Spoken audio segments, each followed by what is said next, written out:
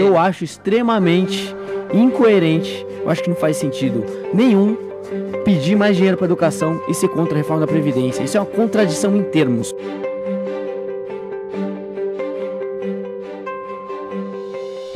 José, sou deputado estadual aqui pelo Novo São Paulo, venho de uma família tipicamente brasileira, tenho 10 irmãos, minha mãe era diarista e todas as oportunidades que eu tive ao longo da vida vieram por conta da educação. Foi a grande janela para mim que me possibilitou fazer tantas coisas legais. E mais recentemente, nos últimos anos, depois de ter passado pelo mercado financeiro, trabalhado com refugiados de guerra no Oriente Médio, feito várias coisas bacanas, acabei voltando para o Brasil e ajudado a montar uma consultoria em educação pública e rodando o país, ajudando os governos a melhorar os indicadores de aprendizagem em português, matemática, reduzir abandono escolar, usar melhor os recursos públicos da educação.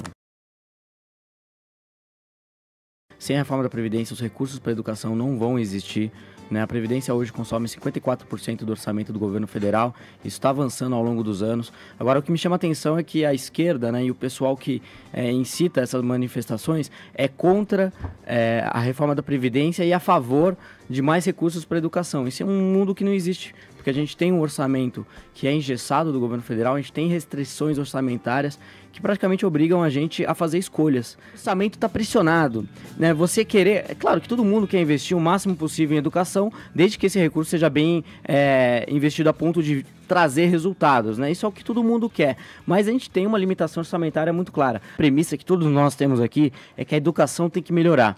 O nível da educação pública básica é sofrível. A gente mais do que dobrou os recursos do Fundeb de 2000 a 2015 e o resultado não vem, então a gente aloca muito mal os recursos e a gente quer pesquisas de ponta e de fato assim que o Brasil participe do cenário internacional como um país que de fato empurra a fronteira do conhecimento para frente. Dito isso, a gente tem que fazer escolhas, os recursos são limitados. Eu vejo uma incoerência enorme numa manifestação que ao mesmo tempo pede mais recursos para a educação e é contra a reforma da Previdência. Isso não existe. A gente cria uma sociedade livre se as pessoas passam a ter escolhas, né? Hoje uma família de baixa renda que ama seus filhos, onde eles vão colocar os filhos para estudarem? Na escola do bairro, não tem escolha, tem que ser ali, pronto, acabou. Né? Então eu acredito, né, que a gente deva gerar escolhas alternativas para que as famílias possam escolher qual tipo de educação elas querem para os seus filhos. E se hoje existe a possibilidade do voucher, né, que é um vale escola, né, como se fosse um vale educação para cada um dos filhos, e as famílias pudessem escolher em quais escolas ou qual é o ambiente escolar, qual metodologia pedagógica eles gostariam que seus filhos aprendessem, eu acho que isso seria louvável. Assim, a gente tem que buscar algo mais nessa linha, né? Infelizmente, vários dos problemas que existem na educação pública hoje foram cravadas na Constituição de 88. Aliás, vários problemas do Brasil foram cravados na Constituição de 88 e que a gente tem que costurar agora. Mas um desses problemas é justamente o que o Caio acabou de falar, da estabilidade ampla e restrita do funcionalismo. Então, isso não gera os incentivos para que as pessoas busquem fazer o melhor trabalho possível e aqueles que são motivados dentro da rede estadual, né, os professores que são motivados, que querem ensinar, que têm vocação para isso, ao longo dos anos eles veem que os incentivos são tão perversos que eles acabam desanimando. Então a gente tem que mudar, né, a forma lógica e o ambiente de trabalho dos professores para que eles tenham os incentivos corretos, para que eles consigam ensinar cada vez melhor. E por isso, por exemplo, eu sou a favor, né, inclusive foi um primeiro projeto de lei que eu protocolei lá na Assembleia Legislativa para fazer um ajuste na lei das OS. Eu gostaria de ver um modelo de charter school que é realizado em diversos outros países, mais de 70 países ao redor do mundo, e que aqui ainda não foi testado no Brasil, que é você pegar um pequeno grupo de escolas da rede pública e colocar ali como gestão uma organização social, assim como acontece em diversos hospitais ao redor do Brasil. Nisso, a gente deixa de depender daqueles critérios, né, cravados na Constituição de 88, que travam muito o desempenho da escola, como a estabilidade ampla e restrita, como a dificuldade de se fazer compras e por aí vai. Então, e aí, dando liberdade total para que essa organização social busque a metodologia pedagógica que achar mais adequada, busque fazer as melhorias que achar mais adequada, desde que também tem uma contrapartida. E essa contrapartida seria a melhoria dos indicadores de aprendizagem.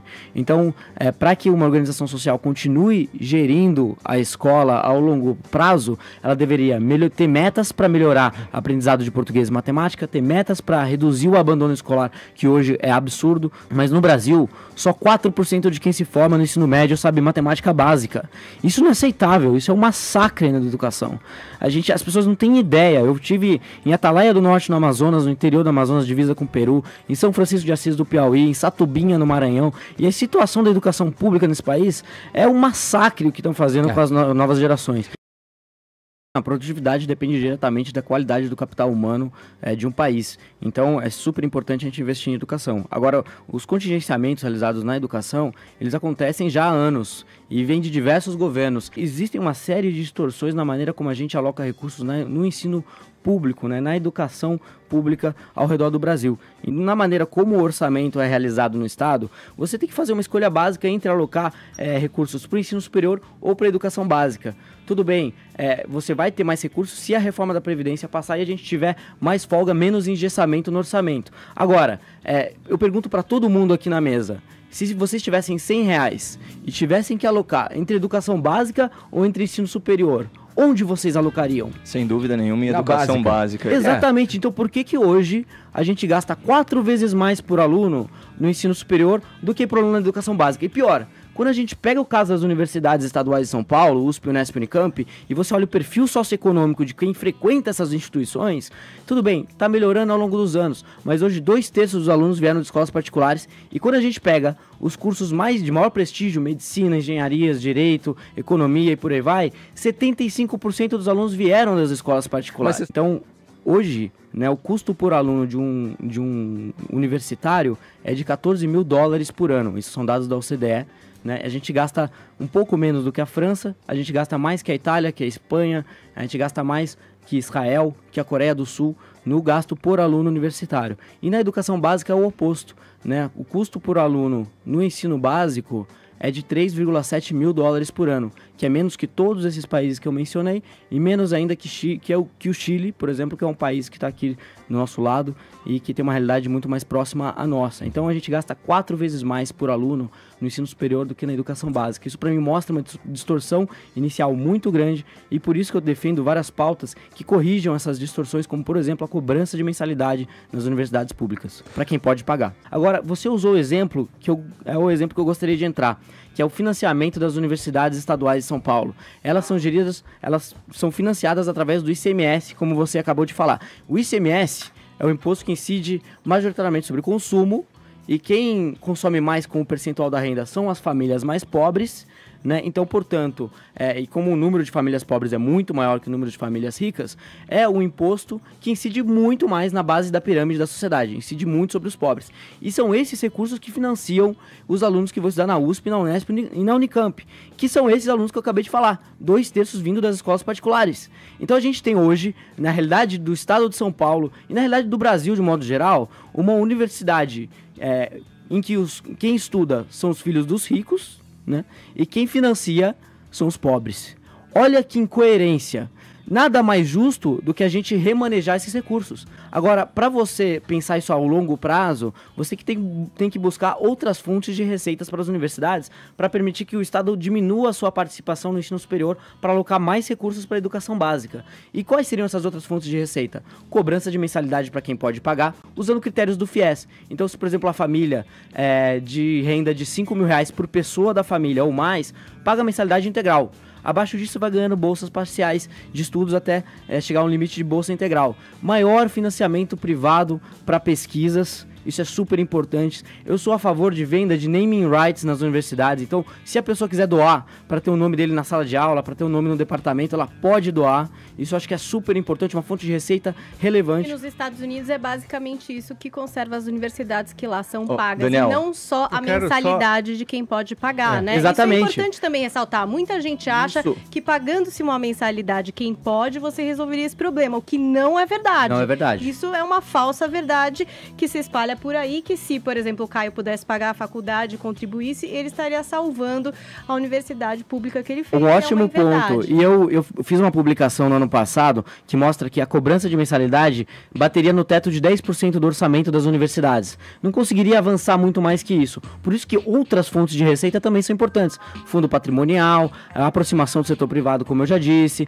Enfim, tem uma série de alternativas para diversificar as fontes de receitas das universidades e poder alocar mais recursos recursos na educação básica, que é o que o meu amigo aqui, Janás, deveria defender com muito mais força, ao invés de simplesmente querer mais dinheiro para o ensino superior, para os filhos dos ricos estudarem. Segundo uma pesquisa que eu acho que é muito importante a gente olhar, que é do Bureau of Labor Statistics, né, dos Estados Unidos, mostra que pesquisas realizadas pelo setor privado, elas têm um retorno sobre o investimento de quem financia aquela pesquisa de, em média, 25%.